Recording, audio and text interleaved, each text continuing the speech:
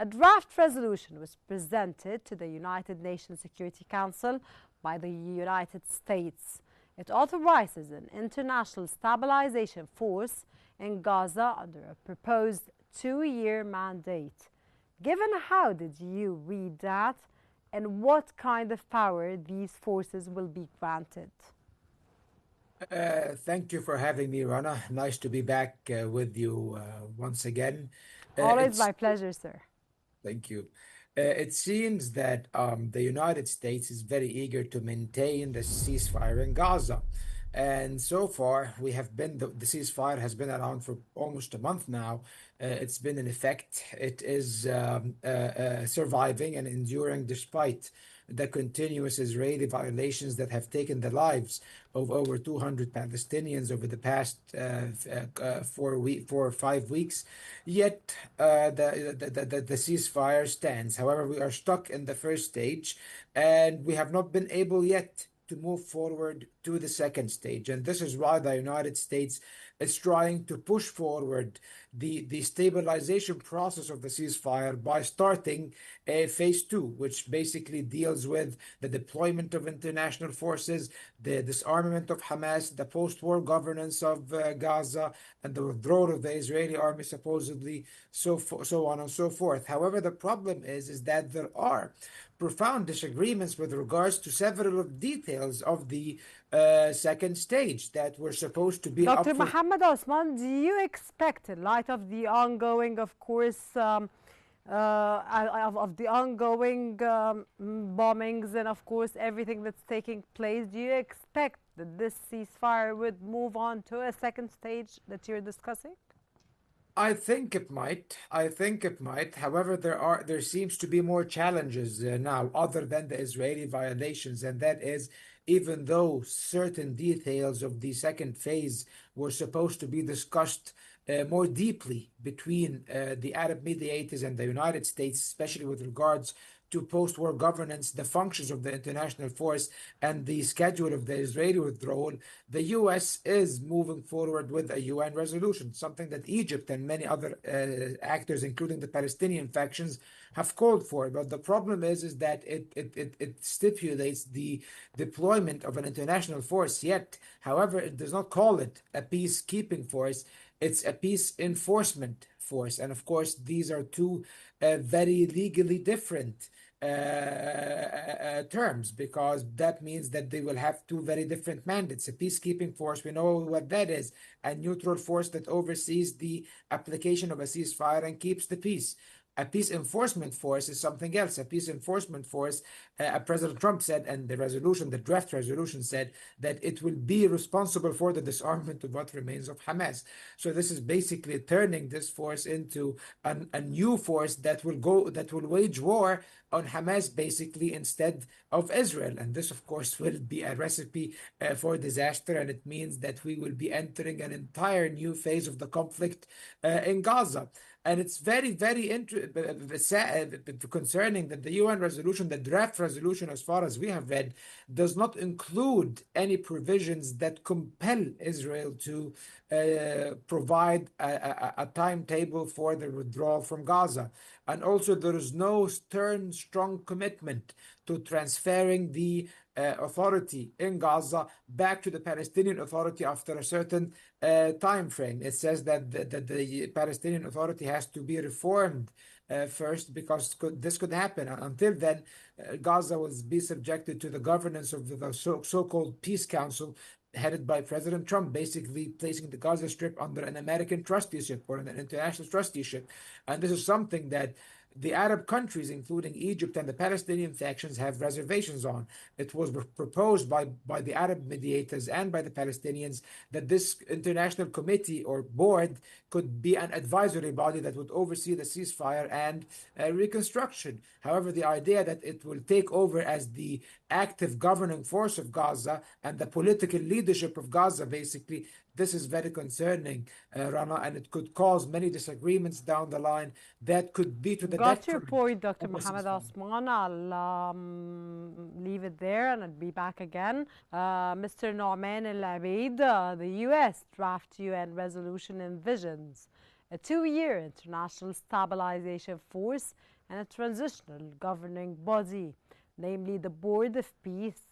From a Palestinian perspective, sir, how does this proposal affect Palestinian sovereignty and the principle of self-determination in Gaza?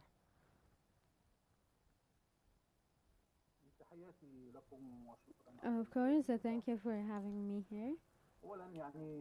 And now, yeah, we as Palestinians for a while now, we have been asking for the Security Council interventions and to implement all the international laws when it comes to the Palestinian cause, and then stopping the aggressions on the Palestinians was a main request that we called for, and that the Arab and Islamic countries have called for to stop this genocide that has been going on for 2 years. And as Trump's peace declaration came up till now, the Israeli occupation forces aren't implementing the ceasefire and aren't honoring the deal. And this shows that maybe the Israeli government will also not honor the upcoming phases that are the more important ones that have to do with Israel's withdrawal and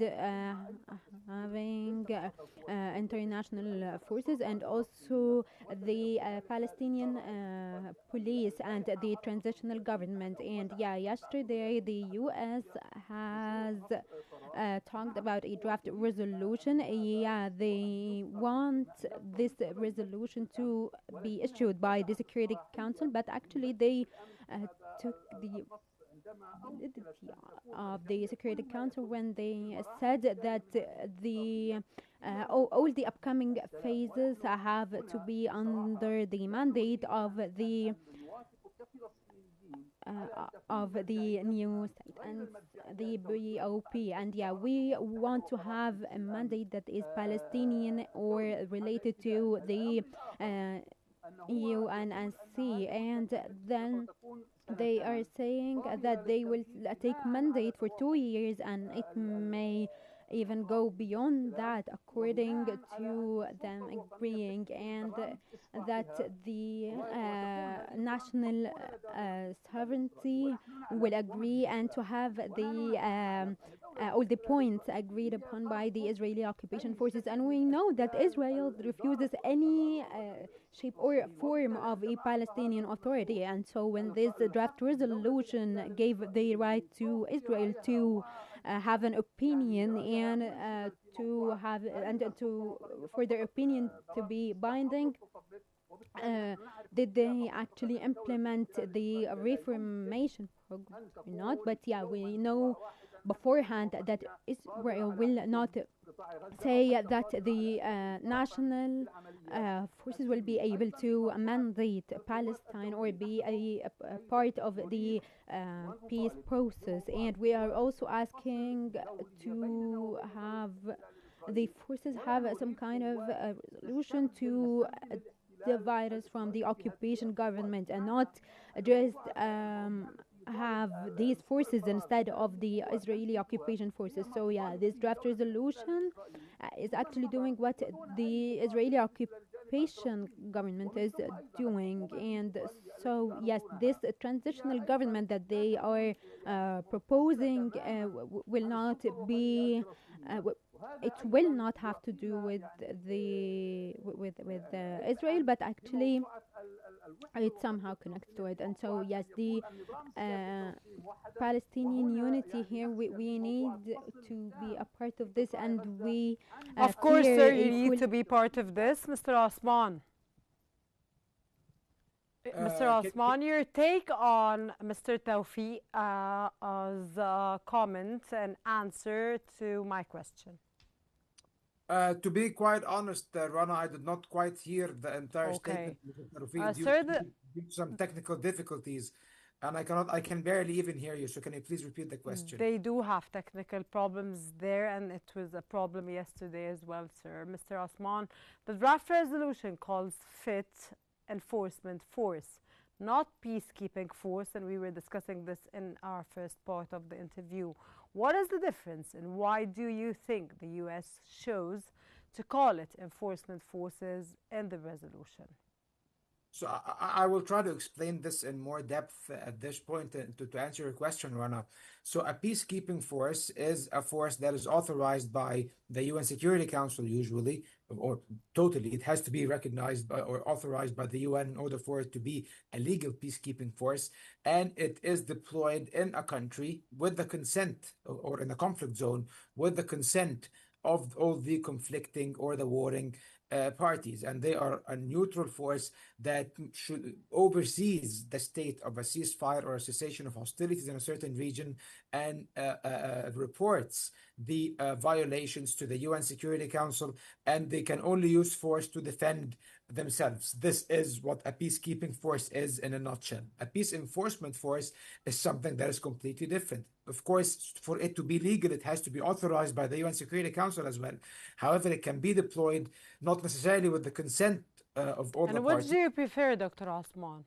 Of course, a peacekeeping force, a peace enforcement force means that we're sending a force to wage another war in Gaza. Because, for example, when the UN authorized a US-led military intervention against Iraq when it invaded Kuwait, that was a peace enforcement force. So it was a force to wage war on Iraq, which was basically violating international law back then. So the UN Security Council authorized the international community to form a peace enforcement force and take military action. So if we are speaking about a similar scenario in Gaza, where we will create a coalition of forces that will go into Gaza to disarm Hamas basically by force, if need be, this will be a disaster, Rana. This means that these forces will continue the war against Hamas on Israel's behest, or so it would look like at least. So if this is what the United States is trying to do, basically recreate the conflict in different terms where Israel